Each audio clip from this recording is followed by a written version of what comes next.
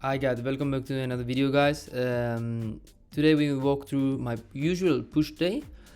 This fits for intermediate or advanced people who go to the gym and have the advanced intermediate level. It's high volume one, so keep that in mind. If you're a beginner, you really don't need to go high volume, and you really don't need to be that specific if you're a beginner. You can get through with the low volume and much more how to say it, low plateau training with lower intensity. So I start with the usual external rotation for the supraspinatus muscle. You don't want to have a weak rotator cuff muscle because rotator cuff is really important for stabilizing the shoulder joint, so that's important too. And then when I warmed up my rotator cuffs, I start with the incline dumbbell bench press. Of course, we want the upper chest to pop, so we have to start with the priority one.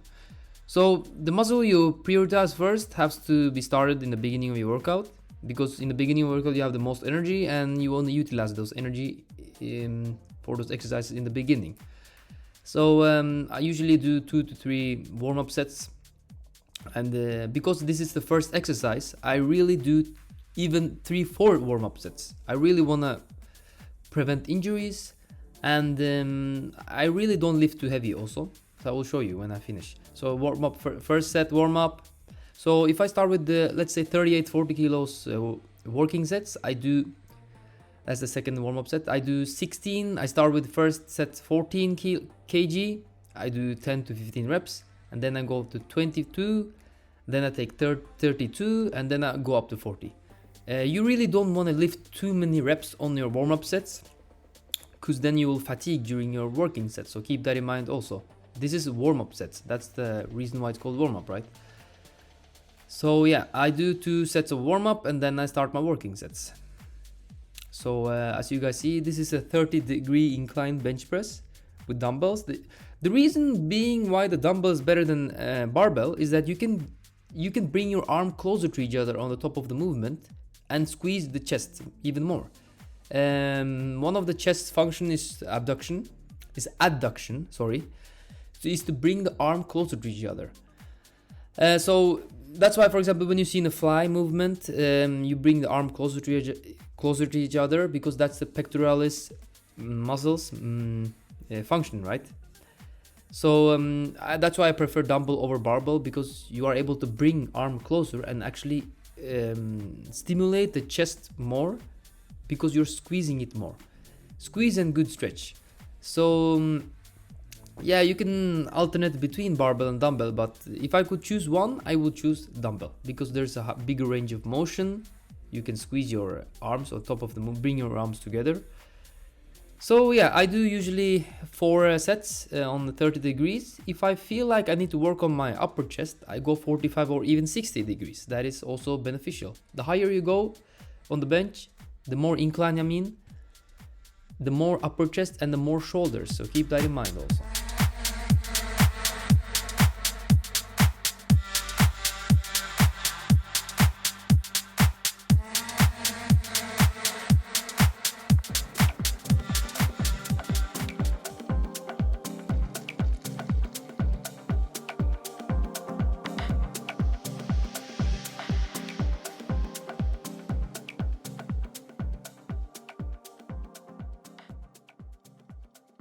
So I usually do 2 push exercises, and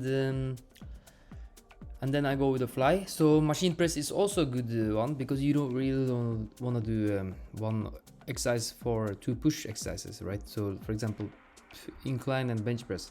So you can go with the machine.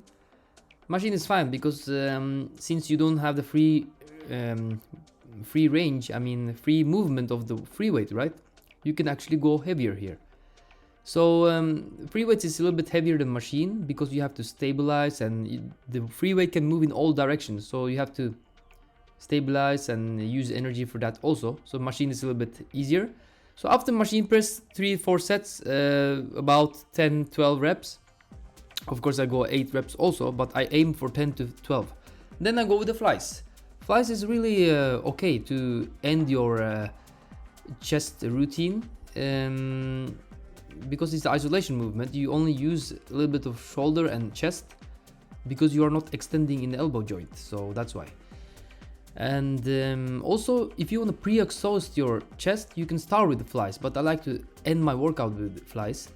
In that way I can go lift heavier during the press movement, but it depends on the person. If some people are really strong and they're taking steroids and they're really huge, it's not that beneficial to lift heavy weight, you know, because you can get injured that easily. For them, for that particular group of people, then flies is beneficial in the beginning of the workout. But for 90% of you guys, just do flies in the end of your chest routine. So then I go after chest, I do triceps overhead extensions for long head of triceps, because you're bringing the hand behind your head, you're using more of the long head of the triceps. So I do that for 3 sets, I mean, for about 10 to 12 reps each set. And then I go with the lateral deads. Of course, either I finish the triceps only and then shoulders, or I do supersets like right now, because the gym was free, so I could do supersets and save time, right?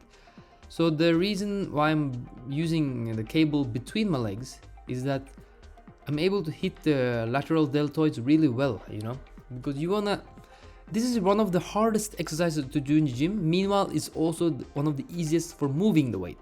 It's easier to move the weight, but it's hard to hit the muscle. The reason being is that people tend to do lateral delt really in weird ways, that the lateral delt doesn't point to the roof, because when you do a lateral raise, this lateral deltoid is one of the 3 parts of the shoulder, and this lateral delt has to hit the roof, you know. In the top of the movement, if you look at your delt, your side delts have to look at the roof. So after that I go with the triceps extension, I mean tricep push down with cable, as you see. This is a golden staple for all the tricep routine.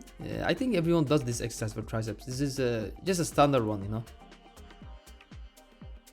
So after the triceps push down with the cable, and then I do rope extensions like this, or either I do this or I put the cable down to my hip size height, and I do triceps rope kickback. Both of them works fine, just change it up so you keep the training interesting. 3 to 4 sets between 10 to 15 reps. Try to aim for more reps here,